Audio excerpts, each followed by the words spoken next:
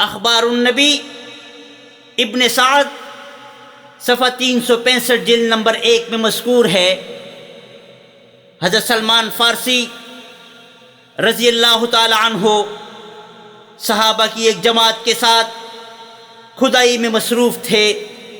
کھودتے کھودتے جبل ذباب کی جڑ تک پہنچے تو وہاں سفید رنگ کی گول گول چٹان سامنے آ گئی۔ وہ اس قدر سخت تھی کہ کدالیں ٹوٹ گئی۔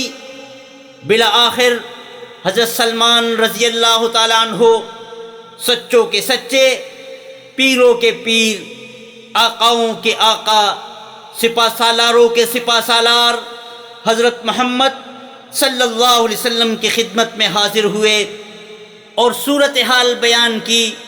حضور اقدس صلی اللہ علیہ وسلم خود تشریف لائے۔ بھوک کی وجہ سے شک میں اتھر پر پتھر بندھے ہوئے تھے کہ کدال ہاتھ میں لے کر بسم اللہ کہہ کر ضرب لگائی تو ایک چمک کے ساتھ 1/3 چٹان ٹوٹ گئی۔ آپ صلی اللہ علیہ وسلم نے اللہ اکبر کا نعرہ بلند فرمایا۔ صحابہ کرام نے بھی یہی نعرہ لگایا۔ دوسری ضرب سے پھر چمک ہوئی اور مزید 1/3 حصہ گر گیا۔ پھر سب نے مل کر اللہ اکبر کا نعرہ لگایا۔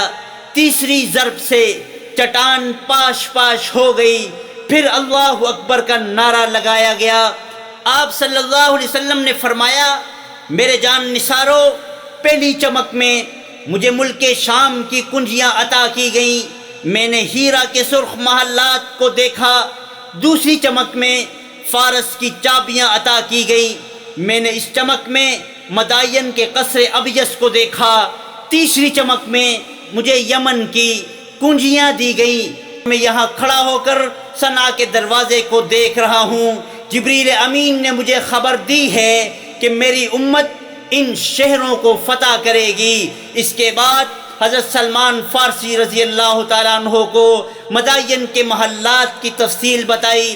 حضرت سلمان فارسی نے عرض کیا کہ اس ذات کی قسم جس نے آپ کو نبی بنا کر بھیجا ہے، قصر ابیض ایسا ہی ہے جیسے آپ بیان فرما رہے ہیں۔ میں گواہی دیتا ہوں کہ آپ صلی اللہ علیہ وسلم اللہ کے رسول ہیں۔ اسی موقع کو حفیظ جالندھری نے شاہنامہ اسلام میں یوں ذکر کیا ہے، اڑا دی چادر حیرت فلک پر اس نظارے نے، لیا دستے مبارک میں کدال اللہ کے پیارے نے، زبان پاک سے اللہ اکبر کی صدا نکلی، لگائی ایک ضرب ایسی کہ پتھر سے ضیا نکلی۔ یہ نظارے فتوحات ممالک کے اشارے تھے۔ نبی کے ہاتھ نے سب کام امت کے سوارے تھے۔